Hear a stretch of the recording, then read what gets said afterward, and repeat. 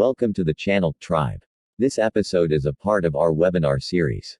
In this episode, we have Jennifer Bonine talking on how AI is creating the rise of the relationship worker. Okay. So we're going to talk about the rise of the relationship worker. Now, Jeff Meyer from Dell and I collaborated to create this deck and presentation. So a lot of times, Jeff and I will do this presentation together.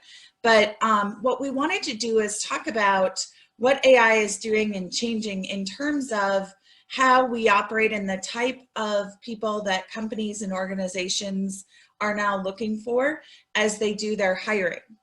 As you all know, Dell is a global company based all over the world. So a lot of the research that we have here that I'm going to show you in the questions you can ask are based on work we've done not only with Dell, but with many companies all over the world. So what we're seeing now with the current pandemic that's going on is an acceleration of some of the strategies and technologies that we're all leveraging and utilizing. It's forced a lot of us to go into a new approach, which we're calling the rise of the relationship worker. We always knew this would come as we started to move more into AI, where it would shift the role of humans in the workplace and what they would do. But we're now seeing this actually occur faster than we had anticipated based on the current pandemic, forcing new technologies in faster than we even thought. So if we look at industrial revolutions, this isn't a new concept. We've had industrial revolutions in our past. The first one being back in the 1800s, where we were looking at things like steam trains, electricity coming in the second industrial revolution around the 1900s, the third one being around computers and smartphones in the 2000s. And then now this is what we're calling our fourth industrial revolution with AI. So just like we've seen in prior industrial revolutions, it has massive impact and change to our culture, the way we do work, the way we operate as a society, and what's needed in terms of humans. So AI is that fourth industrial revolution. AI has been around for a long time, since like the 1980s. But the reason it's really hitting full stride today is really, I look at it as two things. The first thing that being the access to compute. When you had in the 80s, there wasn't as much access to compute. You needed large scale computer rooms. You needed massive amounts of compute to be able to run the algorithms that underpin and power AI systems. But today, with compute being more readily accessible and much cheaper, you're now seeing, besides large companies, you're actually seeing more organizations be able to leverage and utilize AI and those technologies more readily because the compute is less expensive, they have the access, and it's more affordable for them to actually build out the solutions. Hence why you see a lot of startups now and other companies besides the big players being able to leverage AI more effectively. So what we always think about is the AI that's in the movies. And these self-sustaining individuals that look somewhat like humans but are actually machines who think and operate like us. That's not what we're talking about yet. Where we're really sitting at today is narrow AI solutions that do particular tasks and functions. So it's important to understand what stage of that industrial revolution we're at. We're not at this one yet. But if we travel back and we think about where we've come from in just the last several years to what we used to say versus where we sit now, just as an example. So if you think back, some people may remember we did not have access to the apps that we're talking about today. So if someone would have said, do you get in a car with a stranger? Many years ago, children were taught you don't get in cars with strangers. You don't go into strangers' homes because it's not safe, right? But now what we have is apps like Uber, where we knowingly get into a car with someone we don't know. We have Airbnb, where we're staying at other people's homes. We have things like Instacart, where people deliver groceries to our homes. All of that was made possible by the advent of the app, but really what separates not doing these things from doing these things is data. All we did was took apps and we put data on them that connects the people offering that service to the people wanting or needing that service. And then a vetting process to ensure that the data is accurate. Now, it still isn't perfect. As we know, there's issues that occur with Airbnb, Instacart, Uber, Waze, and Facebook. But now what we're able to do is provide that data on a large scale for people to be able to leverage and utilize. So instead of it just being some random car on the side of the road that you're getting into, they're matching you through an app with data to the person that you're getting in the car with to provide some assurance that it's safe. Now, what is this going to do to our jobs? So there's a book, and it's referenced at the bottom of the screen here. The book is What to Do When Machines Do Everything. If you haven't read that book, it's really interesting on as machines take and do more activities through AI and ML, what is the task of humans? And this is really where we start to get into what happens to jobs. This isn't new. Whenever we have an industrial revolution, the face of work changes, the jobs that we do shift. We see things being enhanced or replaced or brand new. So the idea here being the majority of our jobs that we're going to do or doing today will be enhanced. We're able to do more because we have what we call our virtual research assistants. So a lot of times what I look at it at is these bots or AI agents, as they're also called, are really enhancing us and what we can do. They're our virtual research assistants. So that's how I like to think of it. They're able to go out, grab mass amounts of information data, synthesize that information, bring it back to us, and then are able to give us information we can leverage to move forward. There's a small part of jobs that will actually be replaced where they won't be as needed, but it's a very small percentage. I think a lot of times what people think of when they think of AI is that all the jobs will get replaced and we won't have access to do the same jobs. There is a percent that will be replaced, but a lot of them will be enhanced through what we're doing. And then there's going to be new jobs that come out. And this is based on studies they've done of what's going to happen and where will our jobs focus. So almost 90%, if you think about it, are either being invented or enhanced. It's a very small percent, according to the studies, that will actually get replaced by AI at this point. If you're looking at what the jobs of the future will actually look like, one of the jobs that we've actually seen in large corporations like Dell and others is that there will be a human-machine teaming manager. So what this is really, instead of managing humans, you're going to manage machines. With all of these bots being developed already in companies that leverage large amounts of bots to perform functions and tasks, it is the capability to have a human interact with those machines, understand if they're doing the right things, planning the tasks that the machines are capable of, making sure the goal and intention of what the machine is doing is accurate and correct. So we're already starting to see some of these develop in companies who have gone far down the path of leveraging AI in their teams. There's a pamphlet that you can get on the internet. It's free. It's listed here. This is 21 Jobs of the Future, a guide to staying employed over the next 10 years. That's actually a really interesting pamphlet. I would recommend it, just like the book on the prior screen. This is a good one to be able to see kind of where they're predicting the jobs are going to be focused. And so you can see some of the shifts as we develop more of this AI technology, where people are going to want to focus for those jobs as well. And then when we look at it in terms of where we're going for the relationship worker, so having relationships, having the principles in place, it really aligns well with Agile principles.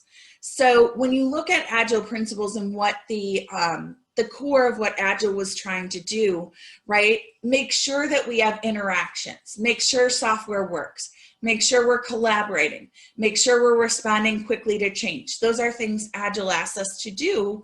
And the same thing is going to be true in the relationship worker. A relationship worker is about, are we doing the right things? Is the software working? Do we understand what our customers want? And are we able to adapt as things start to change in our world? So these same principles align really well to the relationship worker and what we've seen as the evolution as we've been using Agile in our teams.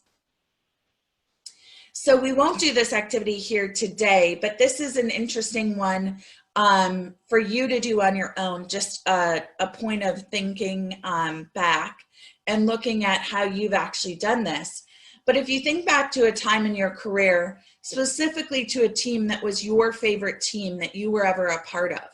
So when you think about that team that you are a part of in your career and what you liked about being part of that team, I'd be interested to see what you all say. What we often find is when we think back to our favorite teams that we've ever been a part of, one of the things that resonates most is the interaction, collaboration, and the people that were a part of that team. You can then identify the top 2 to 3 things that made it such a positive and memorable experience. But a lot of usually what differentiates is the level of collaboration and connectedness of the team that we were on. We're usually more connected and more capable and collaborative when we have teams who are highly connected to one another, who work efficiently and effectively together, and they also usually deliver better products, more innovation, quicker. So when you think back about those teams, see if it resonates that it's a lot about the people that we work with and if we enjoy working with those individuals. We spend the majority of our time during the day at work. We're either at work or sleeping for the majority of our days during the work week. So the people you're spending time with are really critical to your experience during your life. Teamwork is really important to success, we've also found in the studies on various teams. We also know that there are some things we as humans do better. There's a reference to the movie Apollo 13 on the bottom if you guys have ever seen it.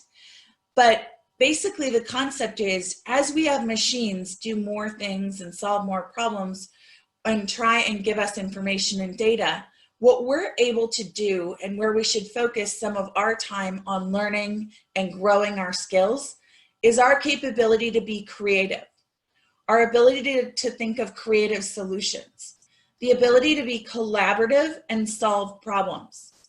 Contextualized intelligence, so putting our intelligence into the context of the situation, not purely just looking at the data, but looking at it in terms of the actual contextualized situation in front of us. Empathy is another big one for humans. Humans have the capability right now for empathy. We haven't been able to replicate that in machines. And then storytelling, our ability to effectively tell this story and land with other people the need or the reason for doing something different. But these are all skills that we see are going to be incredibly important as we continue to move into the age of AI and the relationship worker. Here are a couple of those books and pamphlets that I mentioned just to give you guys some ideas of some things I would recommend as reading just to educate yourself on the rise of the relationship worker in this space that we're dealing with. The one on the left is Humans Are Underrated. I mentioned the one in the middle earlier, what to do when machines do everything.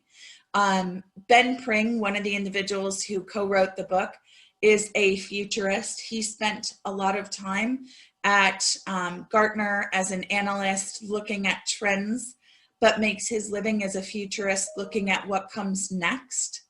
And then that pamphlet I mentioned, it's not actually a book. If you go online, you can find the pamphlet, The 21 Jobs of the Future, a guide to staying and getting employed over the next 10 years.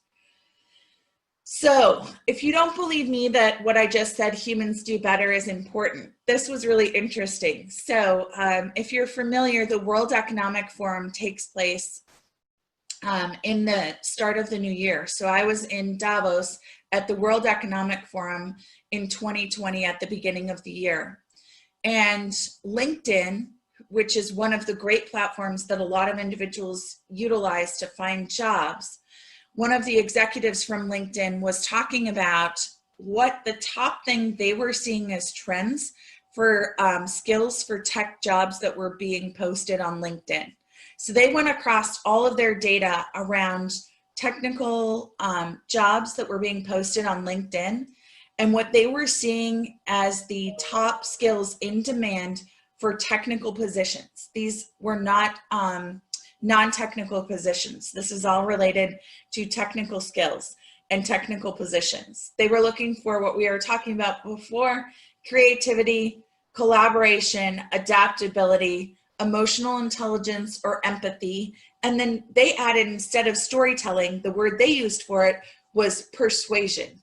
But you can see that that theme that I gave you before about what humans actually do better than machines are these skills. And these are the skills companies are looking for. So LinkedIn is saying, when we get job postings, this is what companies want. They want people who have that ability to be creative, who can be persuasive or tell stories, who are good collaborators, who can adapt to change, and who have a level of emotional intelligence or empathy. I mentioned it earlier, but there is a ROI here that actually points to it on the bottom. So that link on the bottom of this page is about the ROI of employee engagement. Better connected teams outperform other teams by up to 3 times as fast. What this means is that if your team is highly connected, you can get a task done 3 times faster than a team who isn't highly connected. So the studies on this show huge ROI, not only when you implement tools and technologies, but when you are able to connect your teams. So I always tell leaders and companies, if we're looking at speed and agility and the ability to get to market faster, besides looking at technology to solve that problem, one of the things we should be looking at is how connected are the people on the team? How well do they collaborate? Are they able to rely on each other in times of crisis? And do they have good relationships? Because when we can do that, what we end up seeing is this really high ROI of better output, better innovation, and faster delivery on the teams themselves. Because the teams know each other well, they work well together, and are able to get things done much more quickly than the average team. Relationships are critical. This is another book. If you haven't seen this book, it's Decide to Thrive by Rob Lambert. And what he talks about in this book is relationships are critical in our jobs. Having the right relationships can help us make or break our careers. We all know with even utilizing relationships outside of our own organizations are critical to achieving some of our next career goals or our next jobs. But this is a good book to put into perspective that relationships and this relationship worker who knows how to effectively drive and manage different relationships, both inside and outside your organizations, will be really critical as we continue to use more and more AI and technology in the coming years. Relationships are built one person at a time, and it takes effort to build them. So it's always investing in those different relationships. Usually, if you look even on your LinkedIns, we're very few connections away from everyone, maybe a second or third degree. Lots of people in the world are more connected than we realize. So important that we look at and take advantage of those connections as well. We want to foster collaboration at work, which is getting a little bit more challenging now that we're all working from home and not in the same offices together, but there's some really great tools to foster collaboration. If any of you have used some really good virtual collaboration tools, if you would pop those in the chat, there are some really good ones out there that I personally have seen. I don't know what you guys have been using, but there are some great ones out there. So let me know what ones you guys are using. I can give you a few at the end, but tell me what you're using for collaboration, because one of the ones I really like is called Miro. Has anyone used Miro? Anyone using Miro? I'm going to check the chat, see if anyone said they've used Miro. Trello is good. Trello boards are really good for collaboration remotely. That's a great one. But Miro is actually really cool. Miro idea boards is good too. I'm going to put Miro in here too, just so you guys can look that up. I like Miro. It's virtual sticky notes, and you can move them around on the page. You can come up with how they relate to other things. So you can create basically mind maps using Miro, but it also visually depicts, and everyone can move those sticky notes around virtually, which is kind of nice for the team. There's also an AI technology that takes, if you were to take a picture of all your sticky notes in your office and everyone else on your team did it, it would give you how those things relate. So it's a pretty cool AI version of collaboration remotely too. So some fun ones, but take a look at the chat for those. How we used to foster collaboration was team activities and through play. Pre-COVID-19, when we didn't have this pandemic and we weren't socially isolating and distancing, we were able to do this. So we're having to find more creative ways now to foster this type of collaboration in our work. Now, fostering collaboration in the age of COVID-19 means using our video for these remote meetings so that we can at least see each other and still read each other's body language and what's going on. It's hard. Sometimes we all don't want to be on camera. It gets exhausting. There is something called Zoom fatigue, or meeting fatigue now. Because if you think about it, what used to happen when we were in offices and having live personal meetings, we would sit across from other people and we would look at them all day. We could look at different people. We would move to different rooms. Now, when we're in Zoom meetings, a lot of times when we're on video, we're looking at ourselves all day long. It gets exhausting to do that. So it's a different way that we're engaging. One of the big tips I heard right now from folks is limit meetings to 45 minutes. So if we limit all of our meetings to 45 minutes, that allows teams that 15 minutes to get up, move around, go outside, get fresh air, do something other than going back to all their meetings. Set aside some times for team building.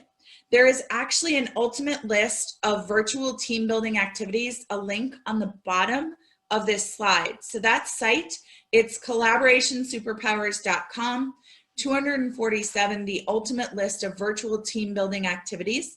So if you are looking for a team building activity virtually for your team, you can go to collaborationsuperpowers.com, the ultimate list of virtual team building activities. Grab that list, see if there's something that works for you or your team. I'm going to show you guys a video that I think is pretty cool. This video was done by Dell. This is an actual Dell technology team. None of the folks in this video are professional actors or singers. All of them are folks from Dell. They actually happen to work on the same team across Europe. Decided when COVID-19 started and they were isolated and couldn't work together as a team, that they would create a project to inspire others at Dell on being able to continue even though things were hard. It was hard to work from home. It was hard to have, family members at home. It was hard to find space to do their work at home. All kinds of things were challenging, but they really wanted to make sure that they were showing that there was a way to collaborate and work together. I'm going to make sure that you guys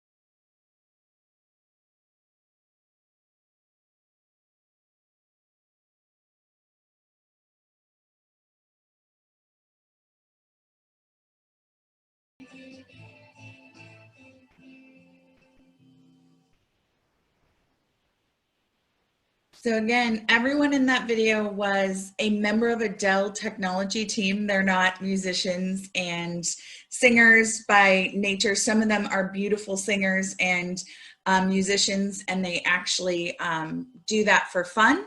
But their day job is to work at Dell EMC, and they created this video. It went viral inside of Dell to actually inspire and show empathy for the challenges everyone's facing right now with having to work from home, being distanced from their colleagues, not being able to go into the office.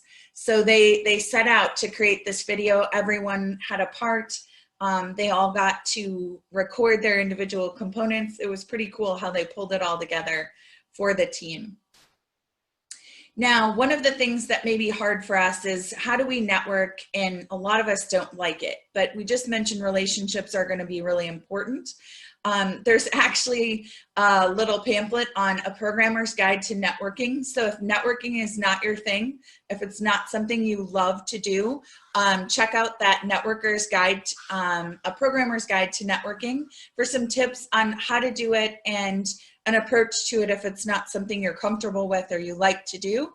The other one that I would recommend is The Tipping Point, if you haven't read that book, how little things can make a big difference to people. Those are two great ones to put in your reading library if you have time. Someone just ordered it last week. That's great. So put these in your reading notes if you have time. These are great ones, just especially now if we have a little bit more time because we're not going out, we don't have as many family commitments or activities. More people are forced to stay home. Check into some of these references or books so that you guys can utilize those in what you're doing. So growing your network now during COVID-19, it's harder. We're not in person, right? Attending virtual meetups and webinars, you're all doing this today, so you're on your way there already. Opens up tons of opportunities.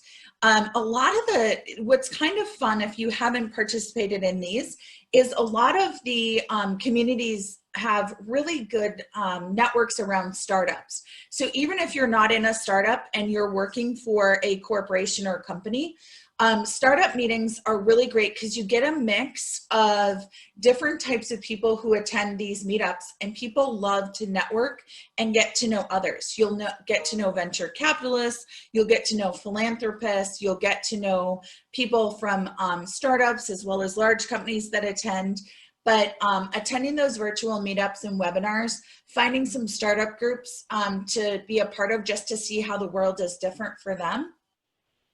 And then what's really cool is just like right here, we have people attending from all over the globe on this. So it's really cool to be able to virtually meet with folks that you normally wouldn't maybe connect with. The other thing I would tell you to do if you haven't done in your career, build a personal board of directors. Companies have boards of directors, but you as an individual in your career should have your own board of directors. These are the people you decide you want to help advise you on what the things are that you're making big decisions in your career. Boards of directors advise companies on major decisions, directional positioning, what should they be doing, but each of us can create that for ourselves. Many very successful executives, when you look at them, presidents of universities that I've talked to, CEOs of major tech companies, this is not just something that they talk about. They actually can name who their personal board of directors is that they seek advice from in their own careers. So I would recommend all of you to start building, no matter if you're new in your career or if you're advanced in your career, make sure you build your personal board of directors that you get advice and advise you as you're making career changes. I would also recommend you reach out to people through your LinkedIn and your network to get people you admire. So if it's someone who's done something and is in a position you would love, ask that person to be on your board of directors. It can't hurt to ask. The worst they can say is they're too busy or they don't have time usually, but you'd be surprised. If you ask, I know having worked with top tech executives that were CEOs at Oracle, Dell, other places, when asked, they usually said yes to being on these boards of directors for individuals. You'd be surprised. Not many people ask them, and they enjoy mentoring and being part of it. So networking tips and tricks, remember names. I know names are hard, but try and remember, try and get something that triggers in your brain. People love hearing their own name. Think of questions you like to ask. So have a little Post-it note in your head of questions that you want to ask. Now we don't get to shake hands, but one of the important things is when we're in these meetups, not being distracted on our phone because we can miss something really important. And then as you guys all do, attend the meetups and make use of the hallway tracks or the networking tracks as well. Small talk is tough.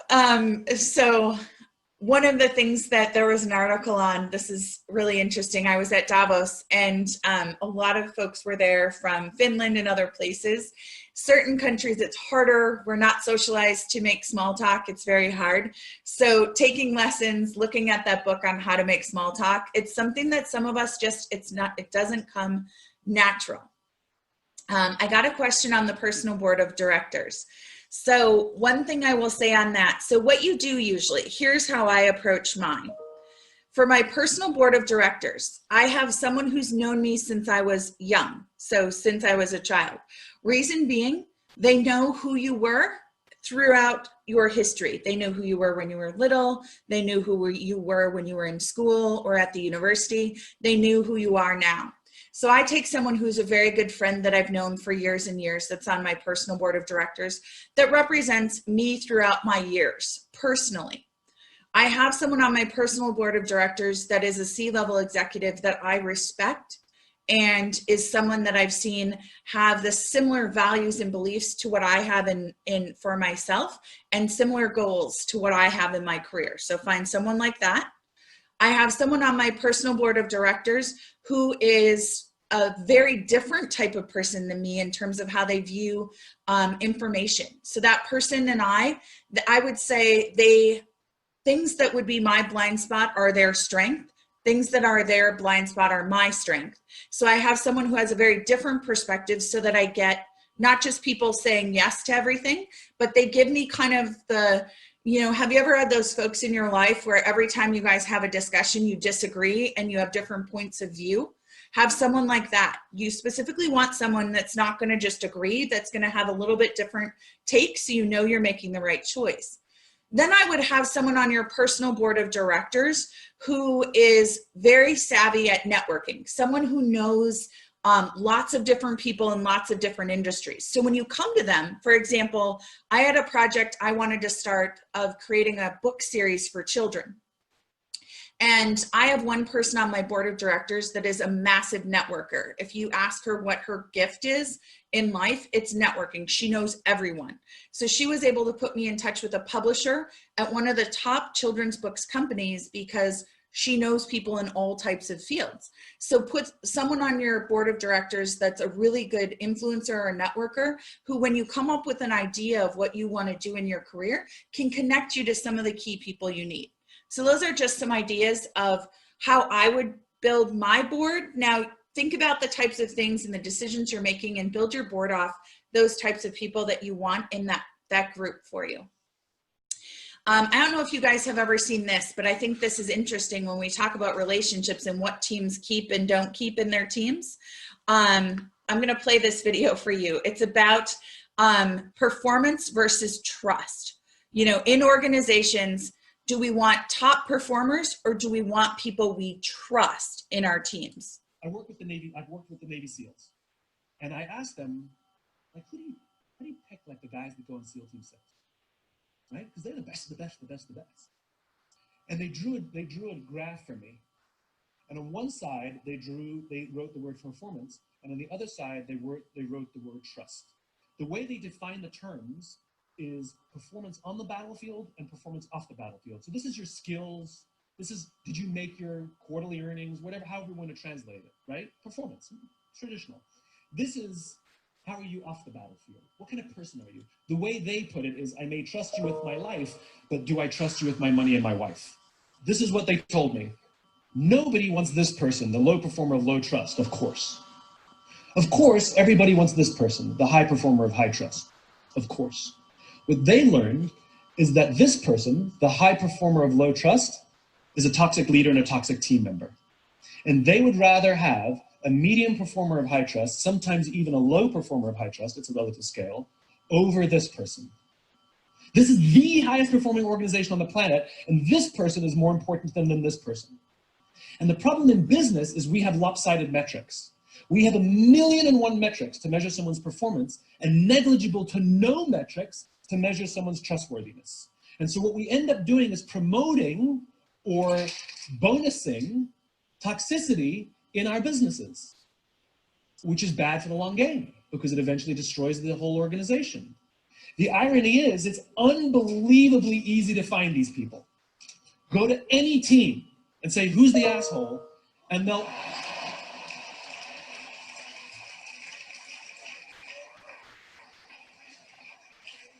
they will all point to the same person.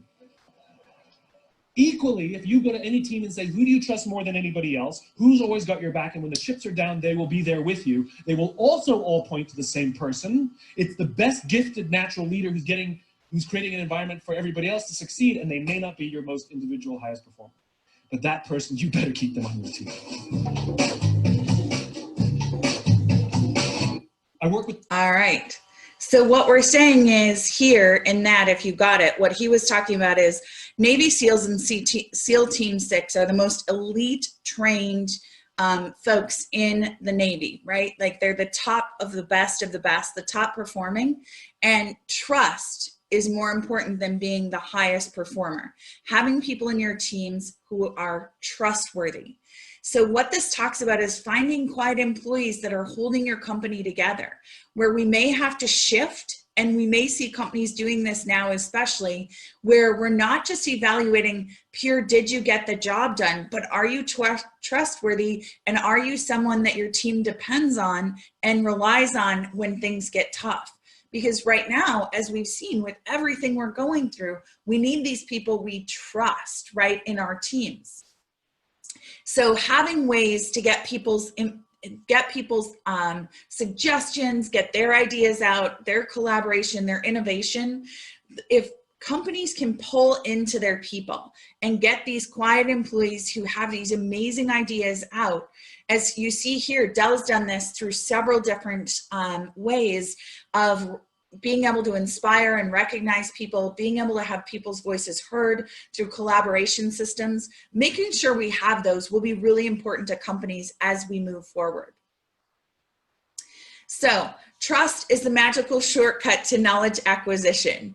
When someone trusts you and you give them information, they're more likely to say, yes, I get it. I believe what you just told me. If we don't trust someone, or someone gives us information that's bad, every time they give us information, what do? We go validate it because we're like, I don't trust that that was right. So we're going to have to go spend the time to validate.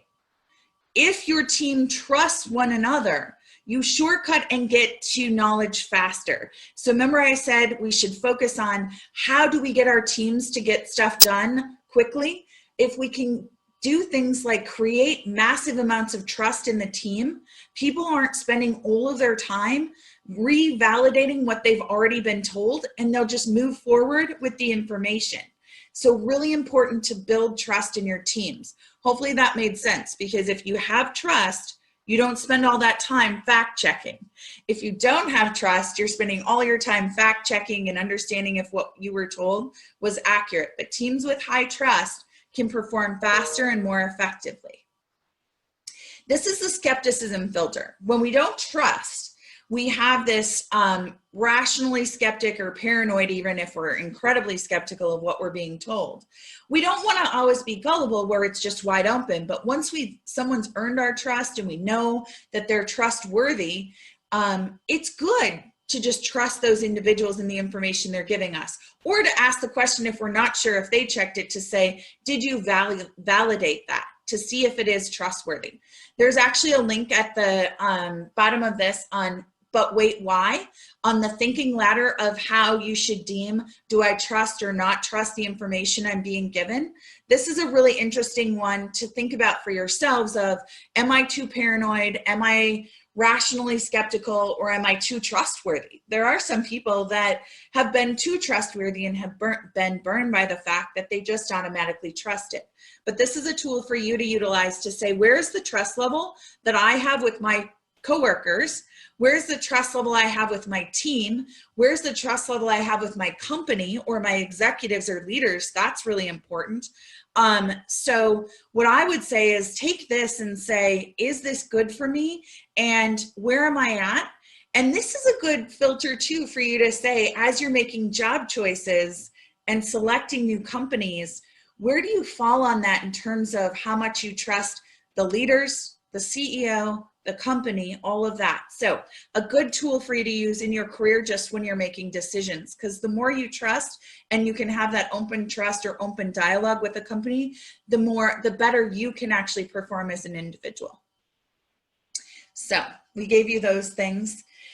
Becoming a relationship worker. How do I do it, right? Foster collaboration. Find ways, we gave you those collaboration tools, find ways to get your team collaborating. Build relationships. Someone once told me, and I thought this was great advice, is in your career, imagine you lost your job tomorrow. Who are the 5 people you would call first to get help to find your next position? So who are the 5 people that would come up on your radar to call? When you think of those 5 people, now tell me the last time you actually spoke with them, engaged with them, or interacted with them.